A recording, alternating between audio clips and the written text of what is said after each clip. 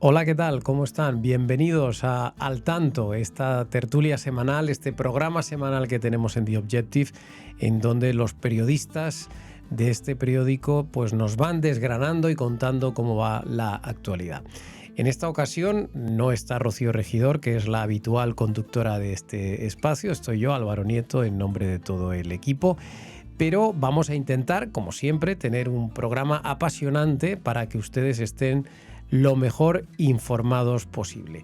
Y va a ser el último episodio de este podcast antes de tomarnos unas semanas de vacaciones, pero no se preocupen que antes de lo que ustedes piensen estaremos de vuelta. El menú que les tenemos hoy previsto gira muy en torno al Partido Popular, porque sorprendentemente ha aparecido pues otro caso de corrupción, en este caso que afecta al exministro Cristóbal Montoro. Hoy vamos a intentar explicárselo a ustedes con todo lujo de detalles. Vamos a intentar aclarar exactamente qué es lo que pasa con ese caso Montoro. También vamos a hablar de este asunto de Noelia Núñez, seguramente que saben a quién me refiero, esta diputada del Partido Popular que había incorporado Feijóo a su núcleo duro y que de repente ha tenido que dimitir de todos sus cargos porque, bueno, pues había falseado su currículum. Hablaremos con nuestro experto en encuestas para que nos cuente exactamente ahora mismo qué pasaría si hubiera elecciones generales en España. ¿Podría de verdad Feijóo alcanzar el poder? ¿Tendría apoyo suficiente en el Parlamento? ¿Habría alguna posibilidad de que Sánchez resistiera en la Moncloa? Todo eso lo vamos a analizar con José Antonio Gómez Yáñez a la luz de un análisis demoscópico que publicó precisamente hace unos días en nuestro periódico. Y, como no podremos dejar de hablar en este programa de la corrupción del gobierno y de cómo van los casos que se siguen investigando, fundamentalmente ese que llamamos Cerdán, Ábalos, Koldo, o si quieren el caso PSOE. Trataremos hoy con Fran Serrato de las últimas novedades y sobre todo de las declaraciones que ha habido ante el juez del Supremo de los altos cargos de Adif y de Carreteras que estuvieron implicados en el amaño de contratos. Así que, si les parece, vamos a hacer un pequeño alto y enseguida comenzamos ya con nuestros compañeros. Bueno, y ya tenemos aquí con nosotros a Fernando Cano. ¿Qué tal? ¿Cómo estás? ¿Qué tal, Álvaro? ¿Cómo estás? Bueno, Fernando nos va a explicar esto del caso Montoro, que de repente ha irrumpido en nuestras vidas. De manera súbita. La verdad es que Montoro siempre fue un ministro un poco aburrido, bastante, en fin, tenía poca popularidad porque era el ministro de Hacienda y además se caracterizó por subir mucho los impuestos y por perseguir a mucha gente a través de la agencia tributaria. Pero de repente nos hemos enterado de un escándalo que le salpica directamente. Entonces, Fernando, lo primero yo creo que tenemos que hacer es contarle a la gente brevemente en qué consiste este escándalo. Bueno, sí, es verdad.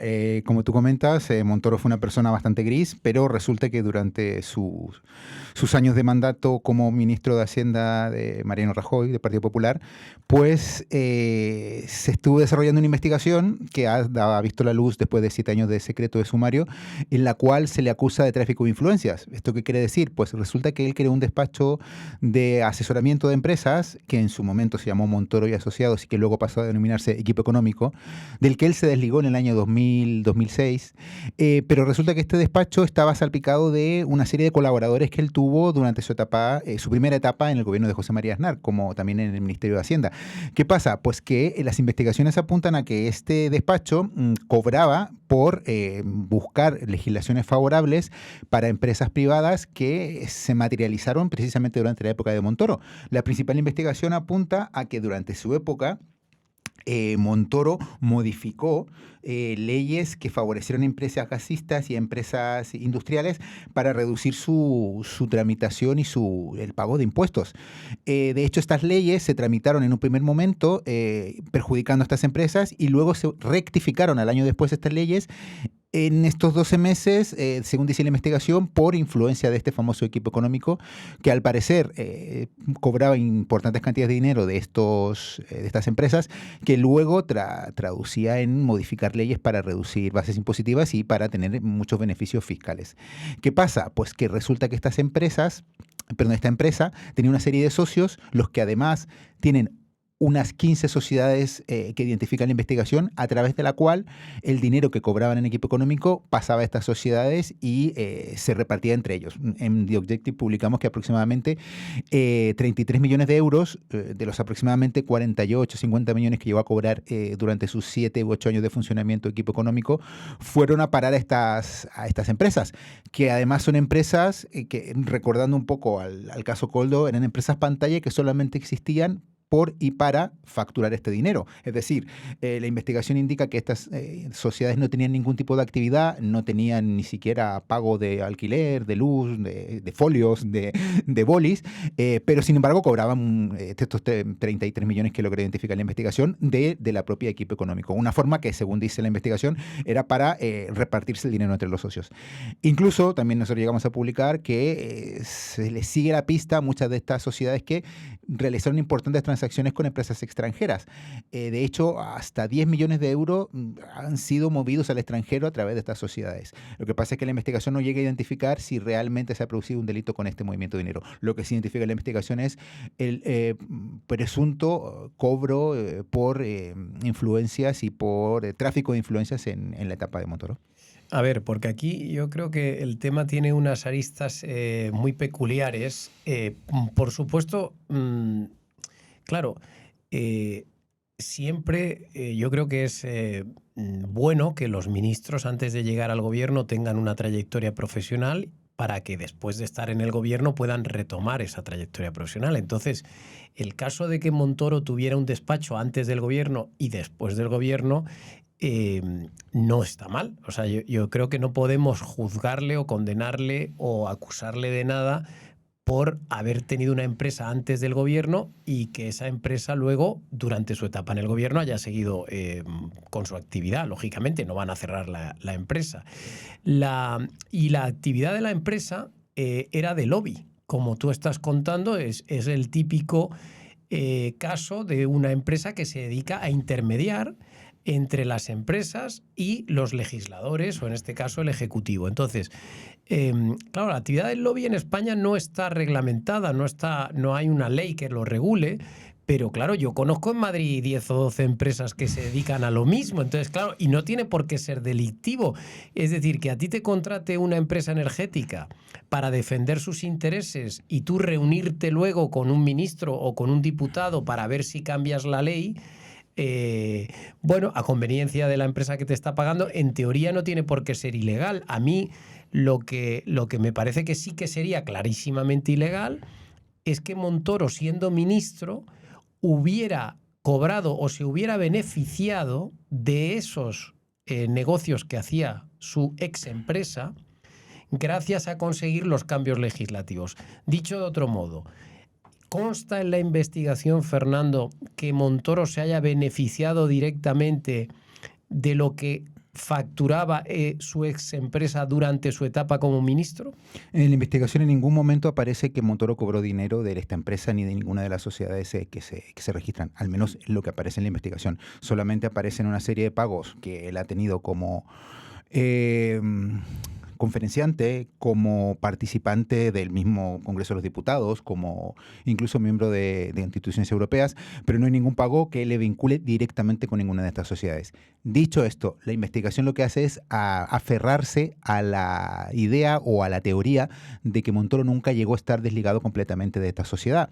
Lo que ellos dicen es que cuando vende sus acciones Montoro, cuando sale de la empresa, esto es bastantes años antes de que él volviera al gobierno del Partido Popular, él vendió a un precio de, digamos, de constitución de la sociedad. Es decir, él cobró aproximadamente unos 1.800 euros por su participación, lo que significaba que cada acción que él compró tenía el mismo valor que cuando la empresa fue constituida.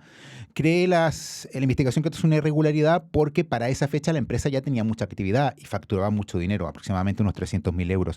Por tanto, el valor real de la sociedad era muchísimo más alto que el que vendió las acciones. Por tanto, ellos se agarran a ese movimiento para sostener que Montoro nunca estuvo desligado completamente de la sociedad. Por otro lado, muchos colaboradores de él en el primer gobierno del Partido Popular seguían en la empresa y muchos de ellos también seguían teniendo muchos vínculos con gente que seguía trabajando en el Ministerio de Hacienda porque muchos de ellos son funcionarios. Y en tercer lugar, se aferran a lo que tú comentas, a una serie de conversaciones entre ellos en la cual ellos, como todo persona que es descubierta, pues farda mucho de su directa relación con el gobierno y más específicamente con Montoro.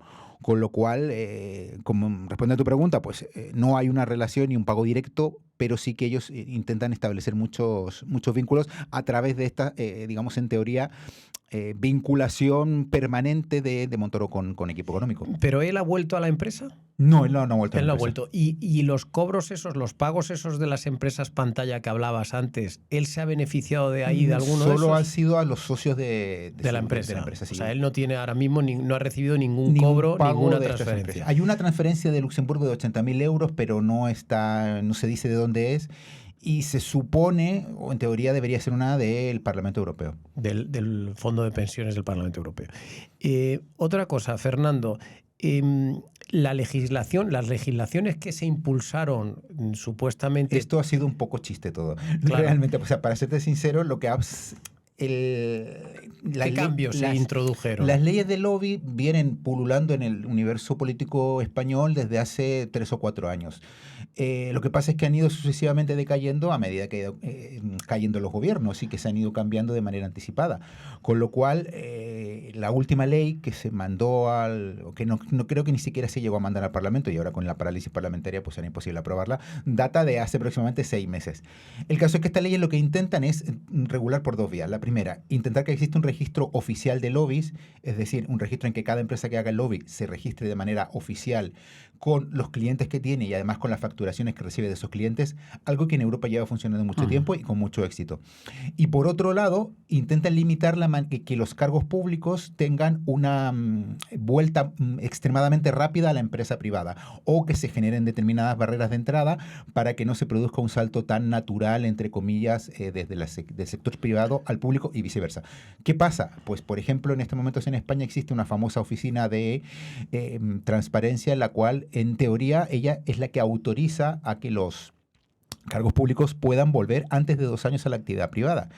La legislación lo único que te dice es que el Estado te retribuye a ti 2 años después de que tú abandones tu cargo público, precisamente para que tú no te vayas a la empresa privada y no te lleves secretos o no hagas ese famoso juego de las puertas giratorias.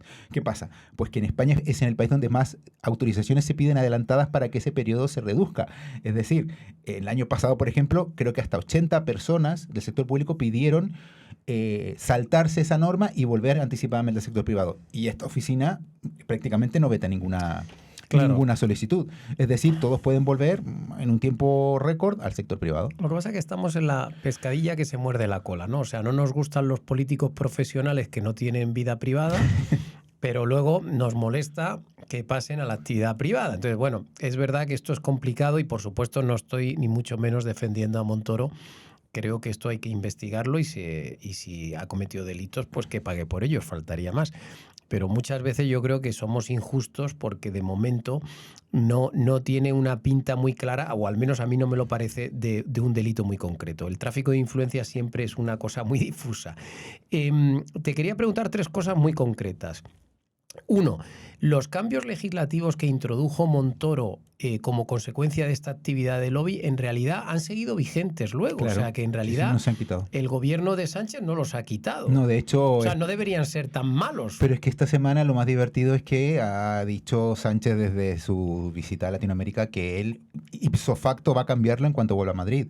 Cosa que no ha hecho, como bien tú dices, en 7 años. O sea, ha descubierto esto por la prensa y ahora se ha dado cuenta que es malo. Bueno, pues efectivamente con lo cual, se podía haber dado cuenta parece antes. Un poco populista su declaración. Claro. Luego, segundo, creo que hay implicado en el caso el nuevo gurú económico de Feijóo, que se llama Alberto Nadal. Este hombre tuvo responsabilidades en gobiernos anteriores del Partido Popular, estaba ahora trabajando en Estados Unidos. ¿Y qué implicación tiene en todo este caso? Es una de las personas que se reunió con equipo económico y con las empresas para cambiar la legislación. Cuando él era secretario de Estado de Energía. Es decir, había mucha gente... O sea, a ver, todos sabemos cómo funciona el lobby. Es decir, yo contrato un lobby, el lobby me garantiza no me garantiza éxito en la medida en que se cambie la legislación efectivamente, aunque ese es el objetivo, porque a veces cobran por fee, que es el success fee, que es el fee de éxito. Pero sí que garantizan casi siempre reuniones. Y en muchas de estas reuniones sí que estuvo, al menos una que se ha identificado, estuvo... Bueno, pero eso no es delito. No, en ningún caso. Claro, pero estuvo en las reuniones en las cuales, pues en teoría, según dice la investigación, pues se convenció, entre comillas, al gobierno de que debía cambiar la legislación. Había que cambiarle. Lo que pasa es que aquí hay dos cosas. En primer lugar, teníamos al Ministerio de Hacienda, que era donde estaba Montoro y era el que, entre comillas, mandaba. Bueno, siempre se dice que los ministerios de Hacienda tienen un poder un poco superior por sobre el resto de los ministerios. Pero por otro lado está el Ministerio de Energía, y que estaba dependiendo en ese momento, dependía de Fomento. Y era de Soria, de José Manuel Soria. Nadal era secretario de Estado de Soria. Entonces Soria y Montoro nunca se han llevado bien y siempre han estado enfrentados. Entonces, claro, una de las pegas que había para cambiar estas leyes, que en principio contaban con el favor de Hacienda, era el Ministerio de Energía.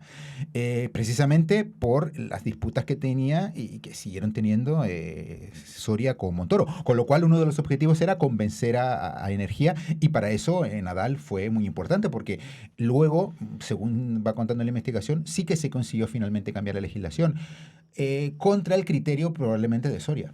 Y luego está todo... O sea, en este caso Nadal fue como digamos, el punto de unión entre que se pusiera de acuerdo, digamos, el Ministerio de Energía con el Ministerio de Hacienda. Y luego está el tema completamente loco de que de repente nos enteremos de un caso que afecta a Montoro, de que viene, por tanto, de 7 u 8 años atrás, un caso que ha estado dormido en secreto en un juzgado de Tarragona, de repente aflora.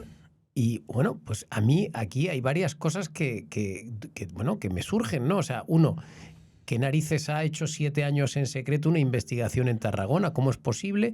¿Cómo es posible que esto se investigue desde un juzgado de Tarragona en vez de la Audiencia Nacional? Si supuestamente esto es una legislación nacional y afecta a más de una provincia, ¿por qué tiene que haber un tribunal en Tarragona investigando en exclusiva este asunto? O sea, aquí hay cosas muy sospechosas. Yo no quiero pensar que aquí ha habido una operación política para tapar otra corrupción del Partido Socialista, pero la verdad, no sé qué opinas tú, pero a mí me parece todo como muy extraño. Bueno, respondiendo un poco a tus preguntas, en el caso de que sea Tarragona, la justificación es que esto se produce por una denuncia.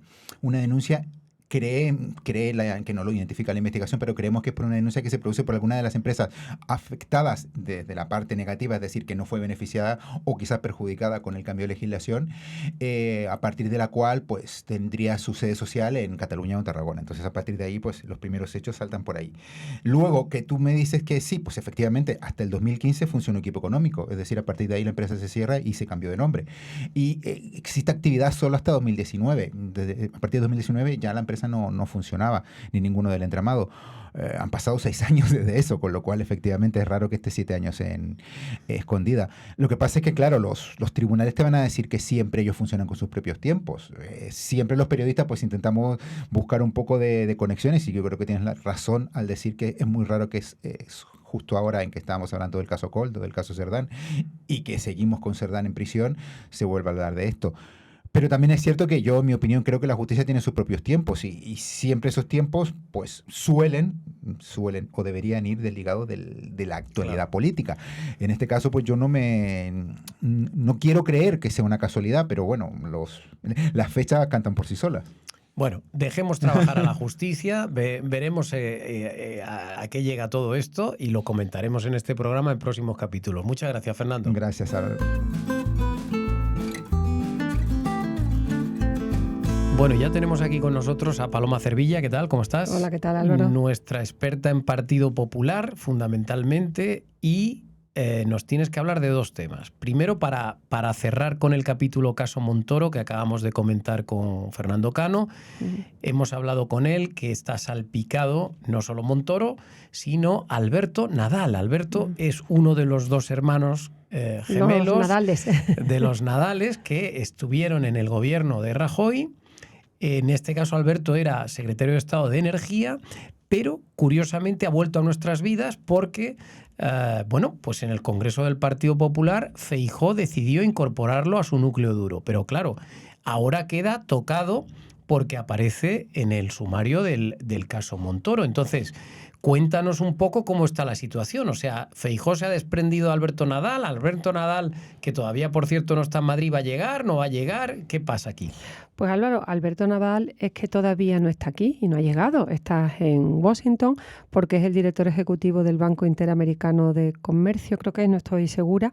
Y entonces creo que su trabajo acaba en el mes de septiembre, después del verano, y su objetivo era incorporarse al comité de dirección, al comité ejecutivo del Partido Popular como vicesecretario de Economía y Desarrollo Sostenible, que abarca las áreas de pesca, agricultura, energía y medio ambiente.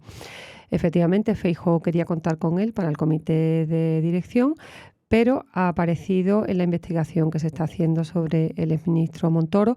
Es verdad que no aparece con una implicación formal, es verdad que no aparece con ningún supuesto delito, aparece en algunas conversaciones como que alguien dice que podría intermediar en algunos proyectos de ley para que salieran adelante. Eso es una práctica habitual de las consultoras y de los lobbies, que no tiene ningún delito, y a lo mejor este señor es que no sabe que alguien ha dicho vamos a ir a ver a Alberto Nadal, con lo cual yo creo también ahí que hay que tener una cierta prudencia. Pero ¿qué pasa? Que el momento político actual es un momento político complicado, como estamos viendo con otros sumarios como lo de Santos Cerdán, Ábalos, Koldo, que aparece mucha gente.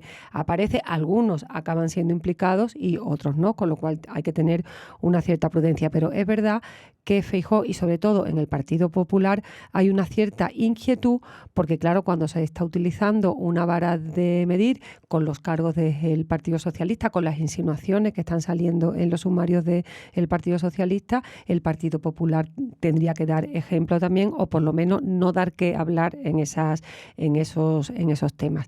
¿Qué pasa? El lunes posiblemente, todavía no se ha convocado, pero bueno, muchas fuentes del Partido Popular me dicen que habrá un comité ejecutivo, y entonces pues hay algunas voces en el Partido Popular que creen que antes del comité ejecutivo del lunes, en el que Feijóo tiene que tener una intervención, Alberto Nadal debería o mostrar su disposición a dimitir, o que el Partido Popular le invitara a no ocupar un cargo en el que todavía no está, pero para evitar cualquier crítica a la dirección del partido.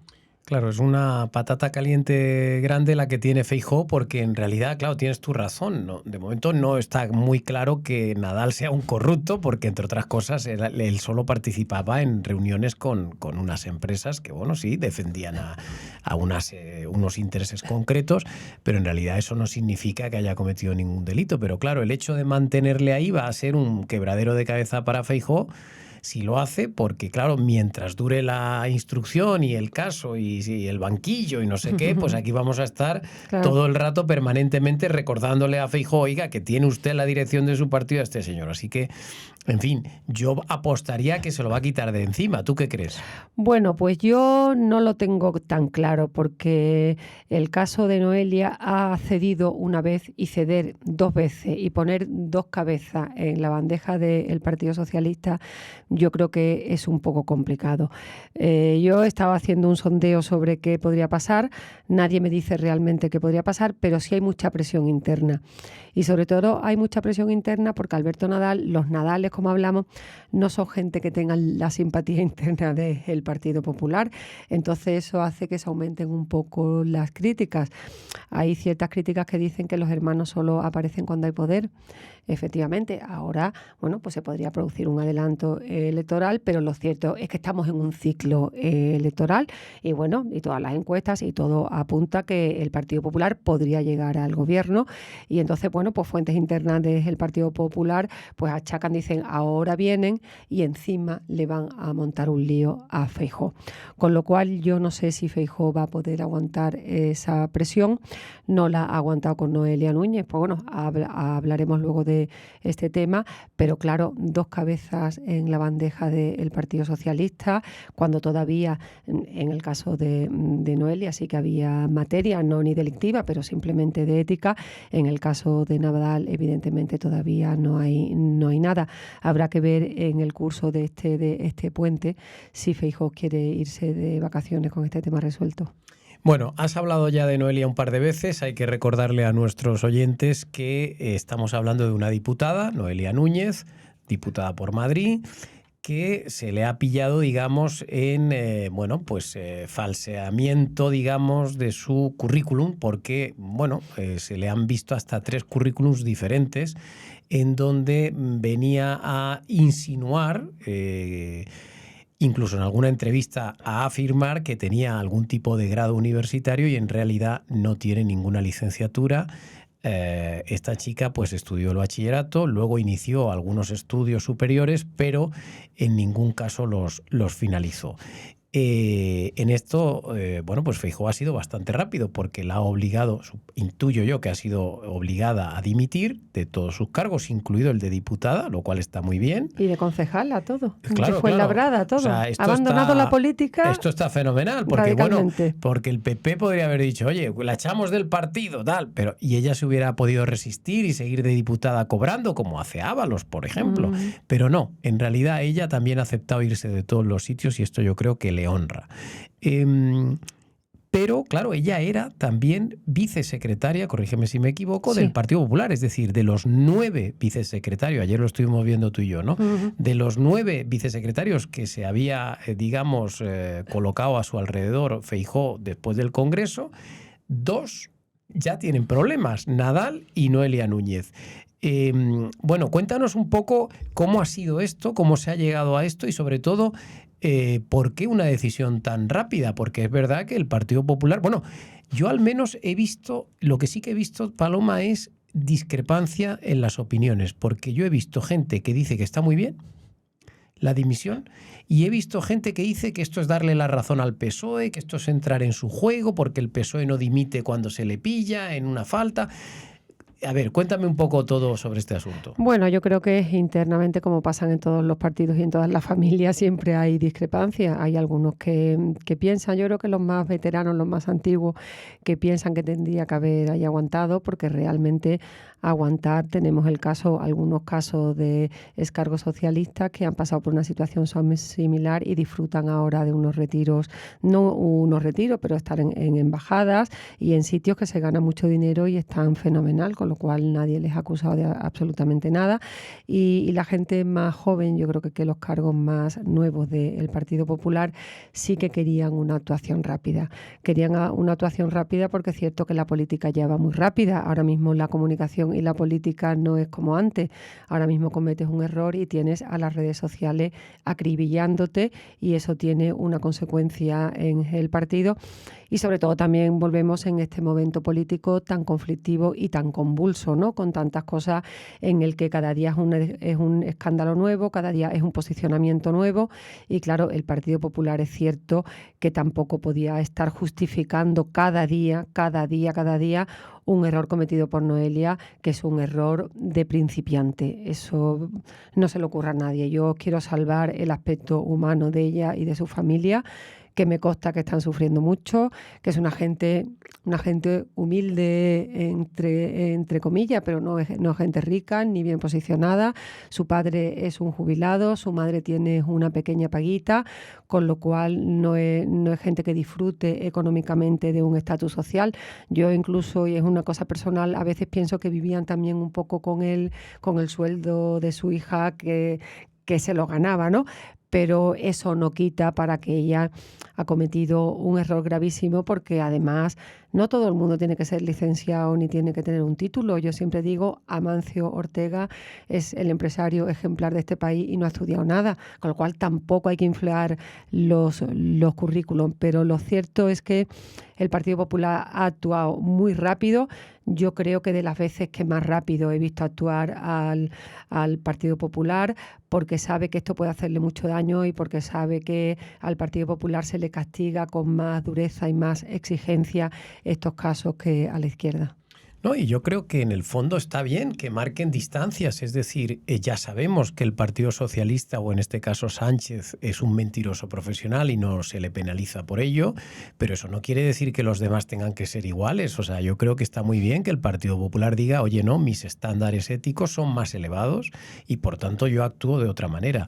Y en el caso además de esta mujer, de Noelia Núñez, yo creo que está muy bien la rapidez y está muy bien que se actúe de esta manera, porque creo que tenemos que empezar en España a tomarnos en serio estas pequeñas cosas, porque a lo mejor puede haber gente que nos esté escuchando y que diga, bueno, pues esto es una tontería, eso de inflar el currículum lo hace todo el mundo. Sí, muy bien, está muy bien. Probablemente esté muy generalizado lo de hinchar el currículum, sobre todo en los idiomas y cosas así, que los españoles se nos dan peor. Y los máster, todo el mundo tiene un máster. Pero es cierto que yo siempre digo que un político que falsea el currículum no es de fiar, porque se empieza falseando el currículum y luego se termina falseando en la adjudicación de una obra pública. Entonces, ese falseamiento de un currículum es una corrupción a pequeña escala, es una mentira, pero luego, claro, el que miente, el que es capaz de mentir en lo pequeño, también es capaz de mentir en lo grande. Por tanto, no deberíamos ni alentar, ni potenciar, ni mantener en sus cargos a gente que es capaz de hacer eso. Por supuesto, esta chica es joven, puede tener derecho a equivocarse y ahora, por favor, a estudiar y a sacar su licenciatura, claro, que tiene tiempo. Pero también hay una reflexión que te quería hacer, porque, claro, tiene 33 años, lleva toda la vida en el partido, no ha estudiado nada. Y yo creo que los partidos deberían esto hacérselo mirar. Es decir, yo creo que esto de las juventudes, de las nuevas generaciones de los partidos, a veces es un ambiente un poco tóxico, porque obliga a los chavales a enrolarse en los partidos desde muy abajo, se olvidan de formarse, se olvidan de tener una trayectoria profesional en el ámbito privado, que sería muy útil tener políticos que tuvieran previamente años cotizados en una empresa, que hicieran cosas, que viajaran por el mundo, que estudiasen, que hicieran másteres, pero claro, los enrolan tan rápido que acaban absorbidos por el partido y claro, terminamos con políticos profesionales tipo Pachi López, tipo no sé qué, o sea, que al final no han hecho nada en su vida más que estar ahí. Y es más, como no tienen donde caerse muertos, se agarran a la mesa y cambian de opinión todas las veces que haga falta con tal de resistir en el cargo. Entonces yo creo que esto nos lleva a un sistema muy pernicioso. Entonces, claro, yo creo que aquí el Partido Popular ha reaccionado bien, pero debería hacer una reflexión interna de que a lo mejor no es necesario meter tan jóvenes a los nuevos. Que a lo mejor, mira, ayer me contaba un amigo, dice que a él le aconsejaban sus mayores siempre no entrar en política antes de los 40 años. Pues mira, no me parece mala norma. O sea, a lo mejor deberían decir los partidos, hombre, no a lo mejor 40 años, pero decir, oye, mira, aquí hasta los 30 no entra nadie.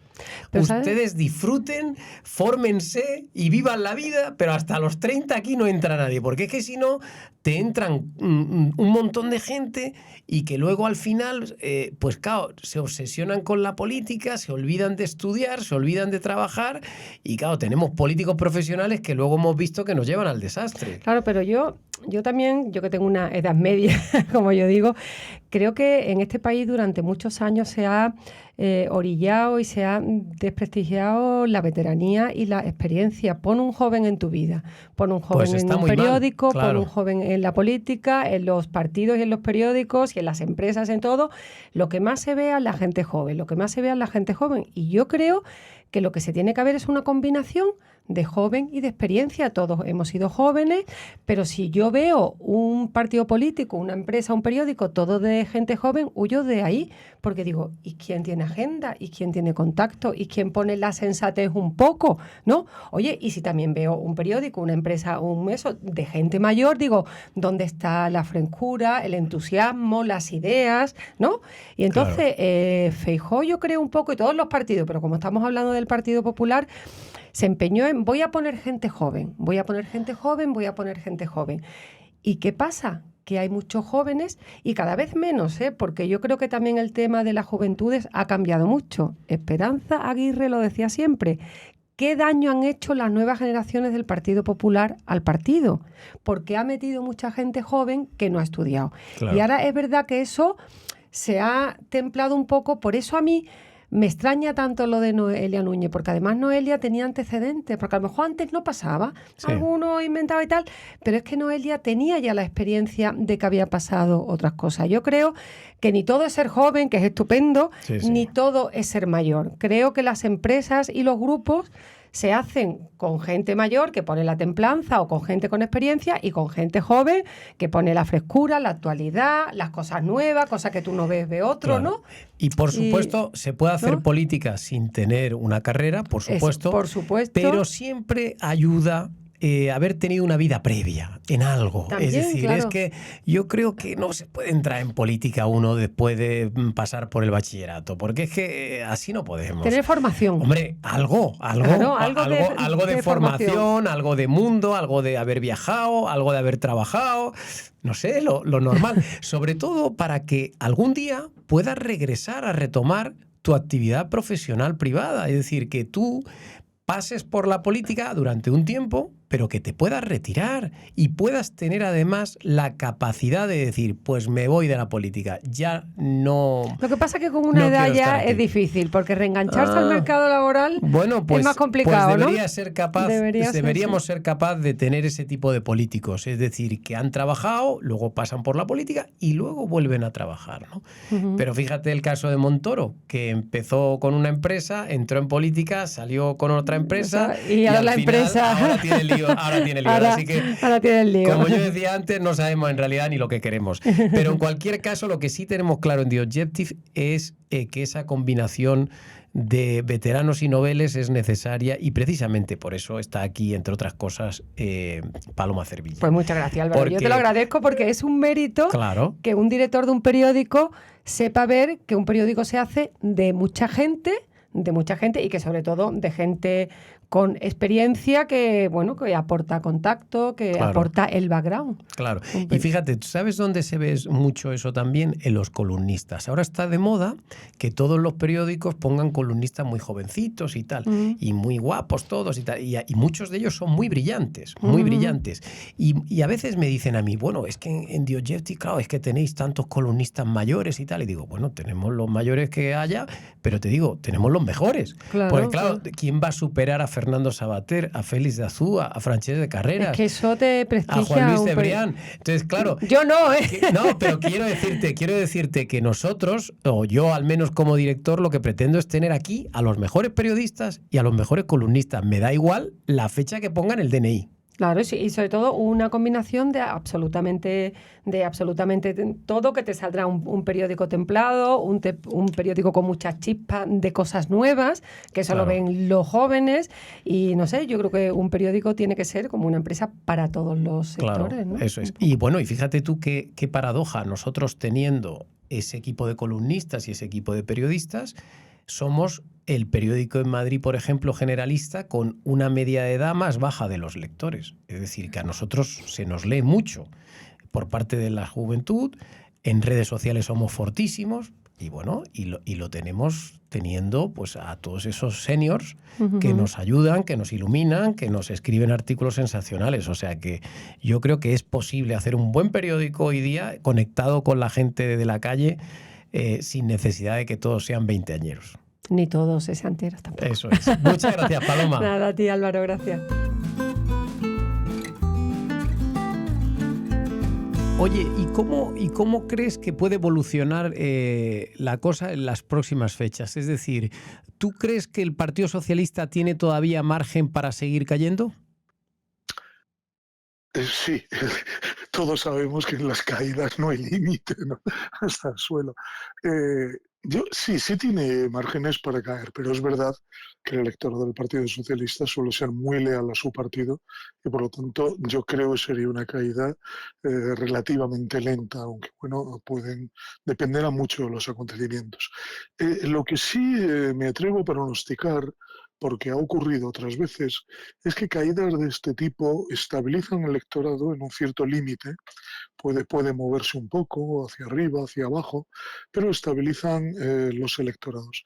Y es al final de legislatura, cuando la gente sabe que va a haber elecciones, cuando parte de ese electorado empieza a reaccionar, en unos casos retornando a su partido original, en este caso al PSOE, y en otros casos repartiéndose, ya sea yéndose a otros partidos o bien absteniéndose, yo diría que conscientemente. Es decir, la decisión de la abstención, la universidad, los estudios académicos suelen asociarla a desinterés. No es verdad. Puede haber una parte de los abstencionistas muy conscientes de que se están absteniendo y de que no quieren votar a su partido de referencia, pero que tampoco quieren, digamos, que saltar la frontera ideológica a votar a otro partido. Oye, pero a mí me sigue pareciendo muy extraño que con la que está cayendo, José Antonio, con tantos escándalos de corrupción, con tantas mentiras por parte del Partido Socialista, eh, esté en unos niveles de porcentaje de voto tan altos, porque hay que recordar que hemos visto otras veces el PSOE por debajo claramente de los 100 escaños. Hubo elecciones en donde estuvieron en los 84, si no recuerdo mal. Es decir, ¿cómo es posible que con la que está cayendo el PSOE no esté en la cota más baja de porcentaje de voto? Por dos motivos hay manera de ver. Uno, porque el voto del PSOE es muy sólido. Es decir, los votantes de la izquierda moderada les cuesta mucho trabajo no votar al PSOE. Si quieres algún día te cuento mi teoría del Partido Nacional, que creo que explica mucho lo que ocurre en España y lo que ocurre con el PSOE.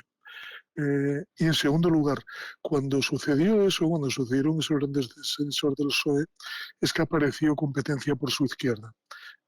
Apareció la competencia de Podemos y entonces Podemos le arrancó un buen puñado de votos, ¿no?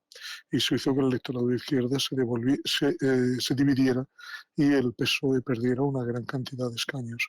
En este momento no hay una competencia creíble en la izquierda, lo que hay son partidos nacionalistas en distintas comunidades, el más relevante por supuesto es Esquerra y Bildu, el más leal de los aliados de esta legislatura, y luego ahí, bueno, Sumar se ha prácticamente desintegrado y ha aparecido Podemos, bueno, ha resucitado Podemos, que se llevará un fragmento de ese electorado que fue de Sumar y de Podemos. El resultado es que la extrema izquierda en este momento está completamente desmigada. Con suerte llegará a los 10, 12, 15 escaños, con suerte. Oye, y para terminar ya, cuéntanos un poco ahora mismo, por los datos que tú estás valorando y el propio artículo que escribiste el otro día, parece que hay una mayoría alternativa a la de Sánchez con claridad, es decir, que la suma del Partido Popular y de Vox daría incluso por encima de los 200 escaños. ¿Tú Sí. le ves margen de mejora al Partido Popular todavía? Es decir, porque Feijóo lo que quiere es gobernar en solitario. Yo no sé si crees posible una mayoría absoluta del Partido Popular. Vayamos por partes. El PP tiene dos problemas difíciles de resolver. Uno, Vox. Yo creo que Vox hace lo inteligente en este momento. Es decir, no hacer nada. Vox es una especie de bolsa de descontento, esencialmente de personas inclinadas hacia la derecha, pero no de extrema derecha, cuidado con eso. No es un partido de extrema derecha o solo de extrema derecha. Es un electorado, esto lo he comentado alguna vez en The Objective, es un electorado superpuesto al del PP, pero no contiguo al PP, es decir, no está en el extremo de la derecha, sino se mueve en las redes sociales del PP. Yo creo que esto es muy relevante. Me viene a la cabeza la idea de casi discusiones familiares entre familias de derechas o de centro derecha, ¿no? Entonces, Vox en este momento va recogiendo todo el descontento. Tiene una gran ventaja la extrema derecha en este momento en la situación europea, y es que detecta muy bien los problemas, aunque las soluciones que proponga seguramente sean socialmente inaceptables o por lo menos mayoritariamente inaceptables. Pero detecta muy bien los problemas. Detecta el problema de la inmigración, detecta la crisis de la vivienda, detecta muy bien el problema de la educación y de la falta de oportunidades para los jóvenes. Todo esto lo sabe denunciar con mucha eficacia. Y entonces ahí va recogiendo votos. Las soluciones ya son otro tema. Entonces, desde el punto de vista de la derecha, el PP tiene ese problema. Y desde el punto de vista de la izquierda, el PP no consigue en este momento atravesar la frontera izquierda-derecha. Únicamente recoge alrededor de 300, 400.000, 500.000 votos del PSOE. Eso es muy poco para consolidar una mayoría. Por lo tanto, el PP está en los cuernos de un dilema que no está consiguiendo resolver.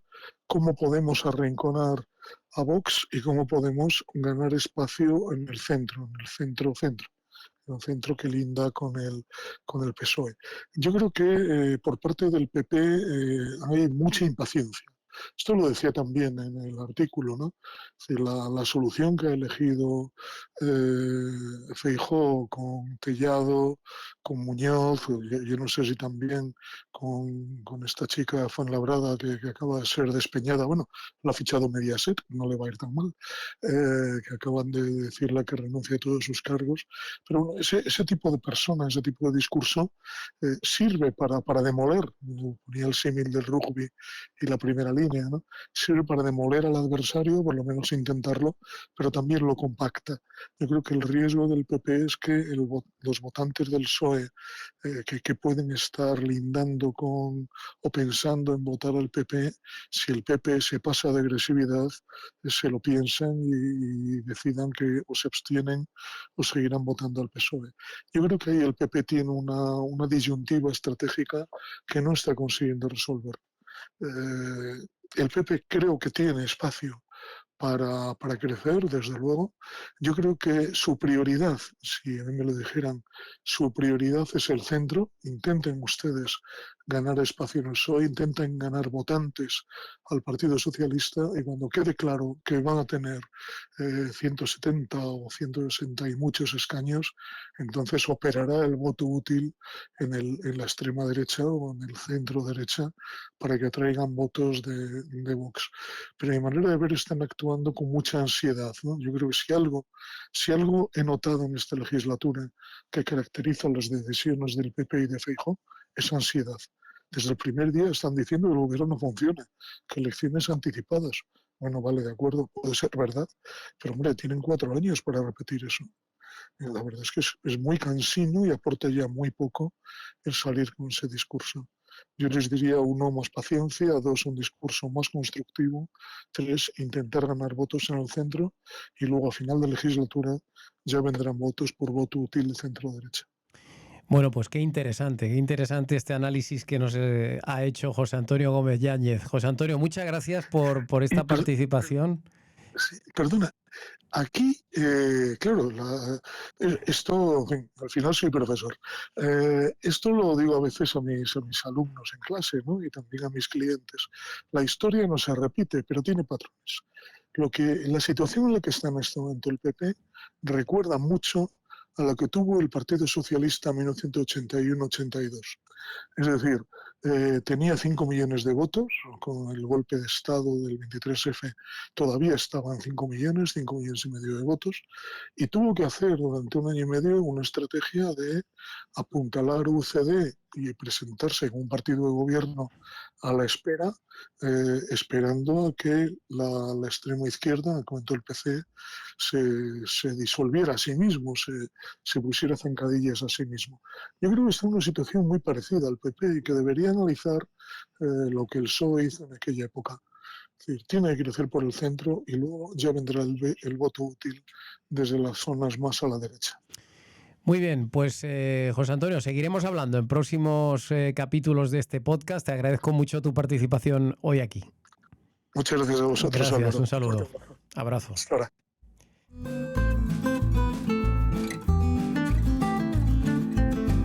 Bueno, estamos aquí con Fran Serrato. Fran, ¿cómo estás? Un placer estar contigo aquí de nuevo. Bueno, vamos a hablar, aunque sea brevemente, de la corrupción del PSOE, porque llevamos todo el programa prácticamente hablando del Partido Popular. Y claro, no nos olvidamos de que el Tribunal Supremo está investigando aquí una trama extraordinaria. Esta semana, los últimos días, han sido noticia 2 altos cargos del Ministerio de Ábalos, en concreto la expresidenta de Adif, Pardo de Vera, y luego está el director general de Carreteras, Javier Herrero. Eso es. Estos 2 han ido a declarar ya como imputados A la Audiencia Nacional. A la Audiencia Nacional. ¿Y qué ha pasado ahí? A ver, cuéntanos qué han dicho.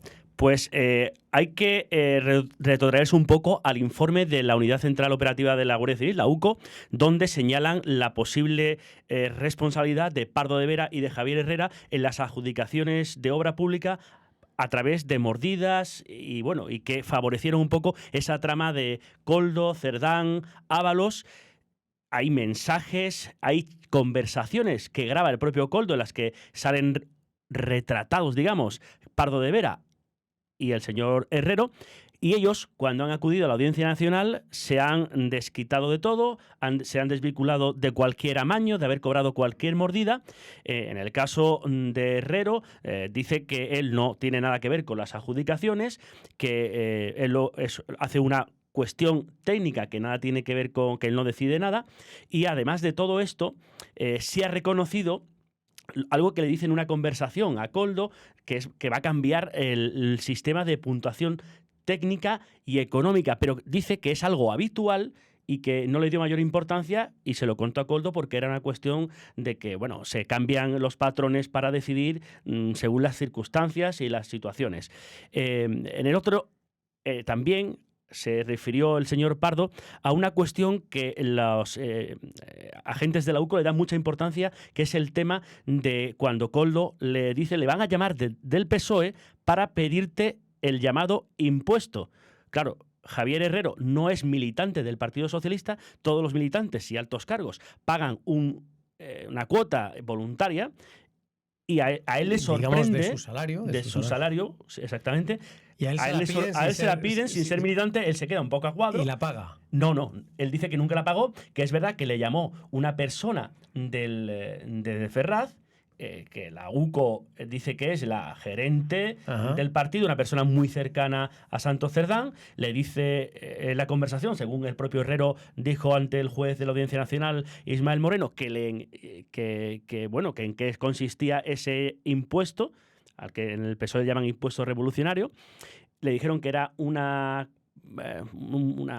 dinero voluntario que se pagaba. Herrero preguntó cuánto tenía que ser ese dinero. Esta persona del PSOE le dice que es voluntario, que lo que él considere, que tiene que rellenar un formulario, y Herrero cuenta en su declaración que ni rellenó ese formulario, ni pagó nunca nada, y dice a continuación que no sabía por qué tenía que pagar por hacer su trabajo. Vamos a escucharlo entonces. Vamos a escucharlo. Me sorprendió la llamada, lo del impuesto me dejó un poco sorprendido. Luego descubrí lo que era el impuesto. El impuesto es que al rato me llamó una persona se identificó del Partido Socialista Obrero Español, no recuerdo el cargo, era una mujer, y me dijo que era habitual en los altos cargos hacer una donación voluntaria al Partido Socialista Obrero Español. La verdad es que me dejó muy sorprendido. Y que lo llamaban, que habitualmente lo llamaban impuesto.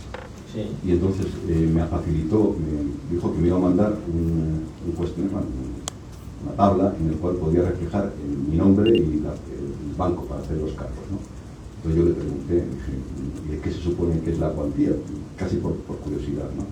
Y me dijo que no, que era voluntaria y por tanto no por la voluntad de cada uno. Yo ni rellené el formulario ni pagué cantidad alguna, entendiendo que para desempeñar mi trabajo no tenía que pagar a nadie nada. Y eso fue.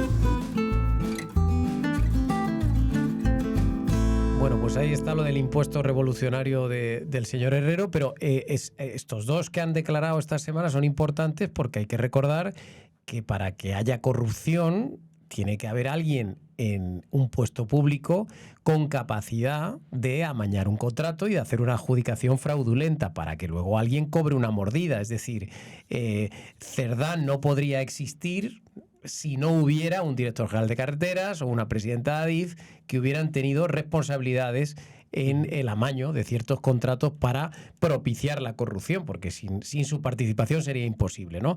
En el caso de Pardo de Vera, ¿nos quiere decir algo? En el caso de Pardo de Vera, además de decir que ella no tenía nada que ver con las adjudicaciones, también se desvinculó de ciertos contratos de emergencias. Ella dice que ella nunca dio contratos de emergencia porque no era su competencia. Además de esto, dice que las adjudicaciones no las puede hacer ella, sobre todo cuando son por encima de 4 millones que tiene que entrar el Consejo de Administración de ADIF, y sobre todo si son por encima de los 6 millones que ya debe entrar el Consejo de Ministros.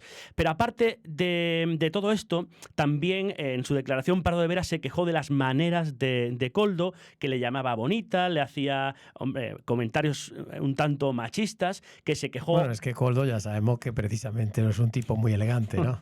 Se quejó ante el ministro, ante Ábalos, y que se lo comunicaría al asesor, pero después de comunicárselo, pues Koldo volvía y le decía, Bonita otra vez, a ti te conviene llevarte bien con el ministro, tal y cual. Y oye, ¿qué explicación da Pardo de Vera cuando le piden que contrate a Jessica, a la amiguita del ministro, y ella acaba tragando? Pues si te parece, lo vamos a escuchar también en un audio. Venga, vamos. Entonces, efectivamente, a mí me hacen llegar, y así consta, me hacen llegar en noviembre que ese contrato llegará a su fin en 3 meses. Esto me genera, porque yo en aquel momento ya conocía la relación personal del ministro con esa persona.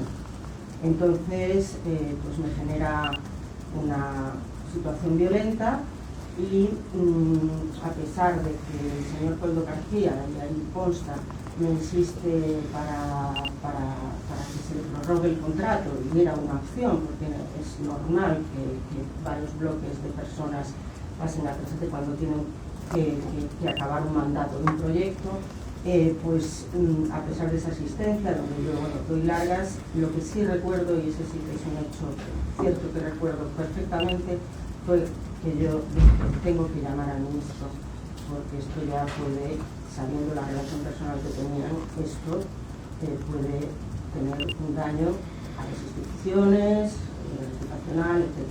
Y yo llamo al ministro y le digo, ministro, el contrato de esta persona en ECO llega a su fin y hay posibilidad de prórroga y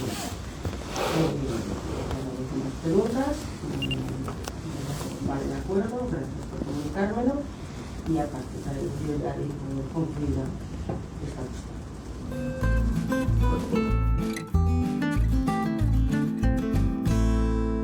Bueno, no sé si ha quedado bastante claro, pero el caso es que ella acaba tragando, a pesar de que advierte... Ella dice que no sabía que era la novia de Ábalos. Bueno, en las fotos del currículum parece lo que es. Bueno, cuando O sea, conoce que es... Hay que recordar que publicamos aquí en este periódico en exclusiva la foto del currículum que le mandaron a Pardo de Vera y, en fin... En ropa interior. No es que vaya abrigada. No, haría calor. Entonces, ¿eso no le llamó la atención a Pardo de Vera? No le llamó la atención, pero dice que cuando se dio cuenta que era la novia, la pareja de Ábalos, llamó al ministro y le dijo, oye, esto no puede seguir, no la puedo prorrogar, aunque podía hacerlo, y coincidieron, quedaron en que ya no podía seguir trabajando en una empresa pública, y ella se desmarcó de que luego siguiese trabajando en otra empresa pública, Traxatet. Sin embargo, en los informes de la UCO vemos cómo hay mensajes con otro subordinado, con Ignacio Zaldívar, donde hablan de prepararle el sitio donde ir durante otros 6 meses para que siga, y siguió, vinculada a un proyecto de Adif que estaba subordinado o estaba haciendo Traxate para Adif. Oye, Fran, para terminar, España está en vilo ahora mismo, estamos a final de julio. Había habido muchos rumores de que la UCO iba a presentar nuevos informes incriminatorios contra varios ministros. Se hablaba de Armengol, de Ángel Víctor Torres, de no sé quién, de no sé cuál. Pero el caso es que estamos ya terminando el mes, van a empezar las vacaciones de agosto, que ya sabemos que las justicias se las toman muy a pecho, y aquí no ha salido nada nuevo. Estamos escuchando el tema de Montoro todo el rato. ¿Va a salir algo más? ¿Debemos esperar algo más este verano o hay que ya remitirse a septiembre? ¿Cómo va la investigación? Bueno, en estos últimos días podría salir un informe de la UCO sobre Armengol. Ya en este periódico hemos dado varios trazos de lo que va a hablar ese informe. Uno, de que Armengol realmente favoreció esa trama, que ella no se enriqueció ilícitamente de esa trama, y bueno, que hay nuevos mensajes con Koldo en el que tenían conversaciones. O sea, ¿tú crees que ese puede salir en los próximos días? Puede salir en los próximos días. Yo sé que la UCO lo tiene listo. Ahora tiene que enviarlo al Tribunal Supremo y el Tribunal Supremo decidir cuándo darlo a las partes, si lo da inmediatamente o lo estudia. Bueno, eso ¿Y podrían esperar hasta septiembre para Bueno, si en julio no termina saliendo, agosto es inhábil, posiblemente ya nos vamos a septiembre con el inicio del curso político. Pero vamos, que... Es inminente. Es inminente algo sobre Armengol. Exacto. Y hay otro informe sobre otro ministro. ¿Que es Torres? que es Ángel Víctor Torre, y creo que en ese informe nos va a sorprender porque también va a apuntar ya a otros escalafones de miembros del Estado, de antiguos presidentes. Bueno, por ahí va a andar el juego. Espero que hables de Zapatero porque... Es posible que hablen de Zapatero en ese informe. Hay que recordar que este periódico precisamente ya lleva varios días apuntando directamente a Zapatero y a su especial interés, por ejemplo, en el rescate de la aerolínea Plus Ultra. En este caso es más bien vinculado al tema de hidrocarburos. Hidrocarburos sí. Con Venezuela, que lógicamente él tiene muy buena relación con Delcy Rodríguez, que era la encargada del petróleo en Venezuela y que supuestamente pues ha sacado petróleo de allí pasando por Dominicana y luego metiéndolo por Canarias. Esa sería, digamos, la trama que está por aclarar, que por supuesto si algún día llegamos a esclarecerla pues veremos que son millones de euros los que se han robado allí. Ojalá que algún día nos enteremos de todo. Vamos a ver hasta dónde puede llegar la Guardia Civil y ojalá que pueda llegar mucho más lejos de donde hemos podido llegar los periodistas, que en esto hemos sido pioneros, pero, y particularmente este periódico, pero luego la Guardia Civil tiene acceso a otro tipo de pruebas mucho más contundentes y sobre todo acceso a cuentas bancarias, en fin, a escuchas telefónicas, a WhatsApp, que pueden atar definitivamente los indicios que podemos tener nosotros. Bueno, pues Fran, muchas gracias. Un placer, como siempre. Que tengas buen verano y estaremos contando, haya lo que haya, pues en este periódico y en este podcast. Un placer. Gracias. Hasta luego. Bueno, y hasta aquí nuestro podcast de hoy, nuestro capítulo de hoy.